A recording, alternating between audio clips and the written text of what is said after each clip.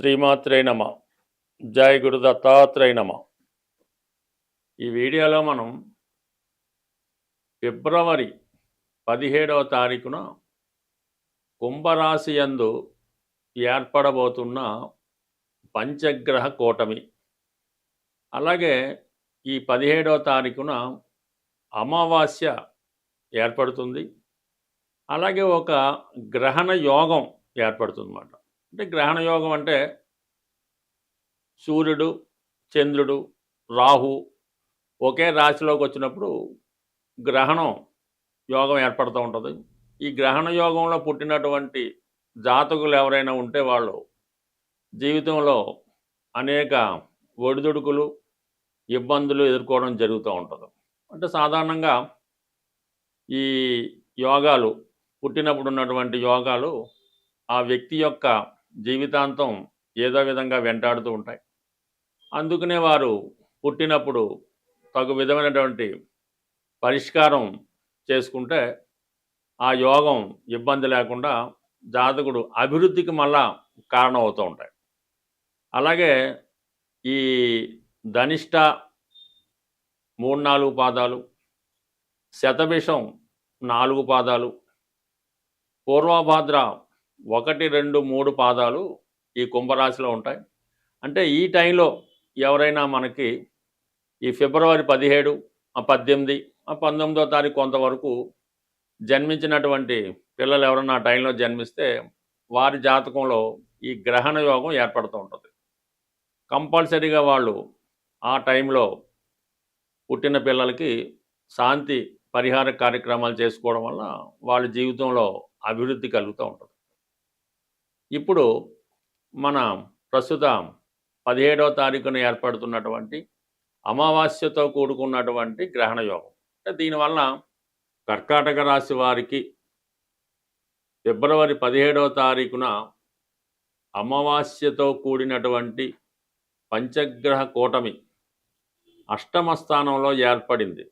ఆ కారణంగా ఈ రాశి వారికి ఎటువంటి ప్రయోజనాలు కలుగుతాయి అని పరిశీలించినప్పుడు ఏదైనా రాశ్యాధిపతి చంద్రుడు అష్టమ స్థాన సంచారం వల్ల మరి ఈ 17, 18, 19వ తారీఖులో కొంత భాగం అష్టమంలో చంద్రుడు సంచరిస్తుంటాడు కుంభరాశిలో. అప్పుడు సాధారణంగా ఈ రాశివారు ప్రధానంగా ముఖ్యమైన కార్యక్రమాలు వాయిదా వేసుకోవడం, ప్రయాణాలు లాంటివి ఏమన్నా ఉంటే అవి టెంపరీగా వాయిదా వేసుకోవడం, జాతకుడికి మనసు స్టెబిలిటీగా ఉండదు, అనేక రకాల ఆలోచనలతో సతమతం అవుతూ మానసిక ఆందోళనకి గురవుతూ ఉంటాడు. సాధారణంగా ఏ రాశి వారికైనా అష్టమంలో చంద్రుడు వచ్చినప్పుడు ఇటువంటి ఆందోళన, సరైన నిర్ణయం తీసుకోలేకపోవడం జరుగుతూ ఉంటుంది. అటువంటి కర్కాటక రాశి వారికి చంద్రుడు రవితో పాటుగా 2 అమావాస్య ఏర్పడడం వల్ల, అంటే ధనాధిపతి కూడా అష్టమ స్థానం ప్రవేశించడం వల్ల జాతకుడికి ఎంత టాలెంట్ ఉన్నప్పటికీ కూడా, ఎంత నైపుణ్యం ఉన్నప్పటికీ కూడా దాన్ని సక్రమంగా ఉపయోగించుకోలేకపోతూ ఉంటాడు. సరైన నిర్ణయాలు తీసుకోలేకపోవడం వలన కొంతవరకు మీరు నష్టపోవడం జరుగుతూ ఉంటుంది. చాలా తీవ్రమైనటువంటి విమర్శలు ఎదుర్కోవడం జరుగుతూ ఉంటుంది. అంటే ఇంత తెలివైన వాడివి, ఈ విధంగా ఎలా చేసావు, మమ్మల్ని అడిగి ఉండొచ్చు కదా, ఈ విధంగా చేయడం వల్ల మొత్తం అంతా నష్టం పోయింది అన్నటువంటి ఇబ్బంది మీకు ఈ సమయంలో కలుగుతూ ఉంటుంది. మరి సహజంగా రాహు కూడా అక్కడ ఉండడం వల్ల ఏదైనా ఒక స్కామ్లో ఇరుక్కోవడం కానీ, ఏదో ఒక ఇబ్బందిలో ఇరుక్కోవడం జరుగుతూ ఉంటుంది. ఇది మనకి తెలియకుండానే అనుకోకుండా ఏదో ఓ పార్టీయో గ్యాదరింగో జరుగుతుంటుంది. అక్కడ ఆటోమేటిక్గా మనం ఉండడం వల్ల అందరితో పాటు మనల్ని కూడా బ్లేమ్ చేయడం కానీ, ఈ విధంగా ఇబ్బంది కలిగే అవకాశం ఉన్నది. అంటే సాధారణంగా ఈ సమయంలో మీరు ఏదైనా ఒక కొట్లాట జరుగుతున్నప్పుడు కానీ, దొమ్మిగా ఉన్నప్పుడు కానీ, ఏదైనా ఉండకూడని చోటుల్లో ఏదైనా ఏదో బార్ అండ్ రెస్టారెంట్లోనో, పేకాట క్లబ్లోనో, ఇంకో చోట ఉన్నప్పుడు సాధారణంగా అక్కడ మీరు సరదాగా ఫ్రెండ్తో వెళ్ళినా ఈ విధమైన ఇబ్బంది కలిగే అవకాశం ఉంది. కాబట్టి సాధ్యమైనంత వరకు అటువంటి వాటికి దూరంగా ఉండడం మంచిది. అయితే మీరు చాలా నిజాయితీగా ఉన్నప్పటికీ, మీకు ఏ విషయంలో కూడా ఎటువంటి ప్రమేయం లేనప్పుడు కూడా కొన్ని నిందలు, కొన్ని అపవాదులు రావడం జరుగుతూ ఉంటుంది. సడన్గా మిమ్మల్ని ఎంక్వైరీ చేయడం కానీ, ఎప్పుడో జరిగిపోయిన దానికోసం ప్రశ్నించడం కానీ జరిగే అవకాశం ఉంది కాబట్టి సాధ్యమైనంత వరకు అటువంటి అనెతికల్ వాటికి సక్రమంగా పద్ధతి ప్రకారం వెళ్ళడం మంచిది తప్ప, ప్రస్తుతం ఉన్నటువంటి చట్టాలకు లోబడి నడుచుకుంటేనే మంచిది తప్ప, ఏమాత్రం అతిక్రమించిన ఈ సమయంలో ఇబ్బంది పడడం జరుగుతూ ఉంటుంది. దాంతో పాటుగా ప్రధానంగా శుక్రుడు చతుర్థ లాభాధిపతిగా అష్టమ స్థానంలో ఉండడం వల్ల, చంద్రుడు మాతృకారకుడు అవడం వల్ల స్త్రీలతో కానీ, తల్లిగారితో కానీ విభేదాలు రావడం జరుగుతూ ఉంటుంది. పైపెచ్చు మీ కుటుంబంలో ఉన్నటువంటి స్త్రీల మధ్య, అంటే అత్తాకోడళ్ళ మధ్య, తల్లి కూతుళ్ళ మధ్య, అక్కా చెల్లెల మధ్య, తోటికోడళ్ళ మధ్య, అంటే మీ కుటుంబంలో ఉన్నటువంటి స్త్రీలు వాళ్ళ మధ్య విభేదాలు చాలా వరకు ఇబ్బంది కలిగి అవి మీకు చాలా మానసిక అశాంతిని కలిగించే అవకాశం ఉంది. సాధారణంగా ఎటూ తేల్చుకోలేని స్థితిలో మీరు చాలా ఆందోళనకి గురవుతూ ఉంటారు.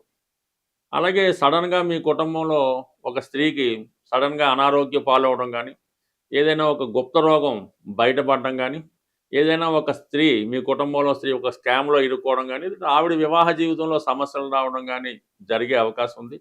మొత్తం మీద ఈ కర్కాటక రాశి వారికి ఈ అష్టమంలో ఏర్పడిన 5 గ్రహాలు ఏదో విధంగా ఇబ్బంది పడే అవకాశం ఉంది కాబట్టి, అటు భార్య వలన, తల్లిగారి వలన, తండ్రి గారి వలన, లేదంటే ఉద్యోగపరంగానో, లేదంటే మీ సొంత నిర్ణయాల వల్ల కొన్ని సమస్యలు రావచ్చు. బట్ ఏదైనా కొద్ది రోజుల పాటు, అంటే కనీసం ఈ మార్చి నెల 14వ తారీఖు వరకు కూడా కొన్ని ముఖ్యమైనటువంటి ఇంపార్టెంట్గా ఉన్నటువంటి విషయాలు వాయిదేసుకొని ఎటువంటి సెటిల్మెంట్కి వెళ్లకుండా జాగ్రత్తగా ఉండడం వల్ల చాలా సమస్యల నుంచి కర్కాటక రాశి వారు తప్పుకునే అవకాశం ఉంది. చంద్రుడు ఇబ్బంది పడతాడు. అంటే చంద్రుడు బలహీన పడిపోతుంటాడు. పూర్తిగా బలహీన పడిపోవడం వల్ల కొన్ని రాసుల వారికి అది ఇబ్బంది కలుగుతూ ఉంటుంది. అలాగే రవి ఎప్పుడూ బలవంతుడిగానే ఉంటాడు. కానీ గ్రహణం పట్టిన సమయంలో రవి కూడా బలహీనం పొందుతూ ఉంటాడు. కంప్లీట్గా ఆ యోగ ప్రభావం వల్ల రవి తన సంపూర్ణ ఫలితాలు ఇవ్వడంలో ఆసక్తులు అవుతుంటాడు. ఆ కారణం వల్ల రవికి సంబంధించినటువంటి రాశుల వారు కూడా ఈ సమయంలో ఇబ్బంది పడడం జరుగుతూ ఉంటుంది. అయితే సహజంగా బుధుడు కూడా అదే రాశిలో ఏర్పడడం వల్ల ఈ బుధుడికి రవి వచ్చినప్పుడు ఈ బుధాదిత్య యోగం అనే యోగం ఏర్పడినప్పటికీ అక్కడ రాహు కూడా కలడం వలన, అంటే రాహు సాధారణంగా బుధుడికి ఏమి ఇబ్బంది పెట్టడం. రాహు బుధుడు గురు శిష్యులు లాంటి వాళ్ళు మాట. బుధుడు ఏ రాశిలో ఉంటే ఆ రాశి ఫలితాలలాగా రాహుతో కలడం వల్ల రాహు యొక్క ఫలితాలు ఇవ్వడం జరుగుతూ ఉంటుంది బుధుడు. సో ఆ కారణం ఏంటంటే బుధుడు అత్యంత మేధావిగా మారుతూ ఉంటాడు. బుధుడికి మంచి సహకారం లభిస్తూ ఉంటుంది రాహు వల్ల.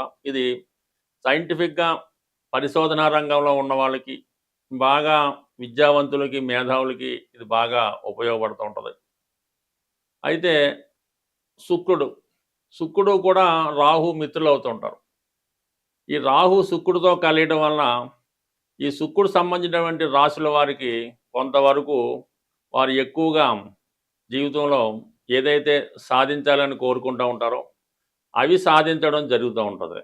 ముఖ్యంగా ఏంటంటే ఏదైనా ఒక వ్యక్తితో పరిచయాన్ని కోరుకోవడం కానీ, ఏదైనా ఒక పెద్ద వాహనం కానీ, గృహం కానీ కొనుక్కుందామనే ఆలోచన కానీ, ఎన్నాళ్ళుగానో ఎదురు చూస్తున్నటువంటి వ్యక్తుల్ని, అంటే మరి అబ్బాయిలైతే అమ్మాయిల్ని కలుసుకోవడం, అమ్మాయిలైతే అబ్బాయిల్ని కలుసుకోవడం జరుగుతూ ఉంటుంది. అంటే ఇది ఎవరి జన్మ జాతకంలో అయినా ఈ రాహు శుక్రుడు కలిసి ఉన్నప్పుడు అది ఒక విధమైనటువంటి కోర్కెలతో కూడుకున్నటువంటి వ్యభిచార దోషం లాంటిది అవుతూ ఉంటుంది.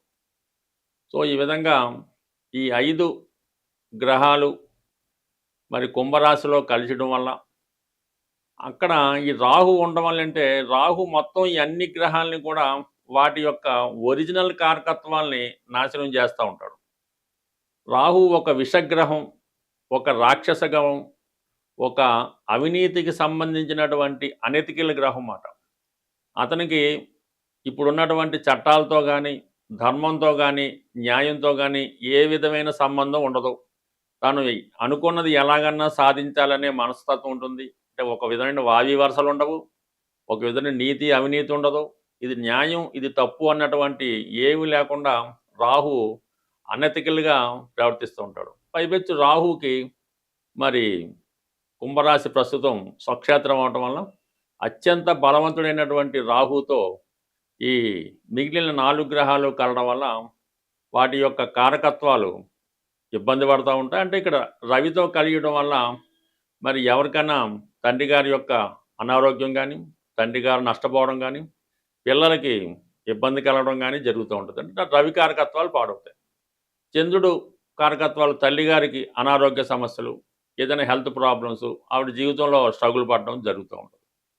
అయితే శుక్రుడు, రాహు మిత్రుడు అవ్వడం వలన అప్పటిదాకా చాలా నిజాయితీగా, సాంప్రదాయంగా వెళ్తున్నటువంటి వాడు అన్య స్త్రీల మీద వ్యామోహం పెంచుకోవడం, ఇతరుల యొక్క ధనం మీద ఆశ పెంచుకోవడం, ఏదో విధంగా ఎదుటి వారి యొక్క ఆస్తులను కానీ, వారి యొక్క స్త్రీలను కానీ అన్యాయంగా దోచుకోవాలనే ప్రయత్నం చేయడం జరుగుతూ ఉంటుంది. చాలా అనెతికల్గా ప్రవర్తిస్తూ ఉంటాడు. చాలా లగ్జరీ లైఫ్ అనిపిస్తూ ఉంటాడు.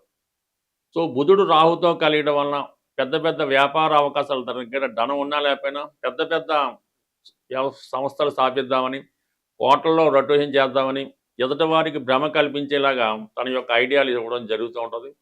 సైంటిఫిక్గా తాన్ని బాగా ఇంప్రూవ్గా ఊహించుకుంటూ ఉంటాడు. ఏ విధమైనటువంటి బలం లేకపోయినా, ఎంత ధనం లేకపోయినా ఒక గొప్పగా అతను తను ప్రజెంట్ చేసుకోవడం జరుగుతూ ఉంటుంది.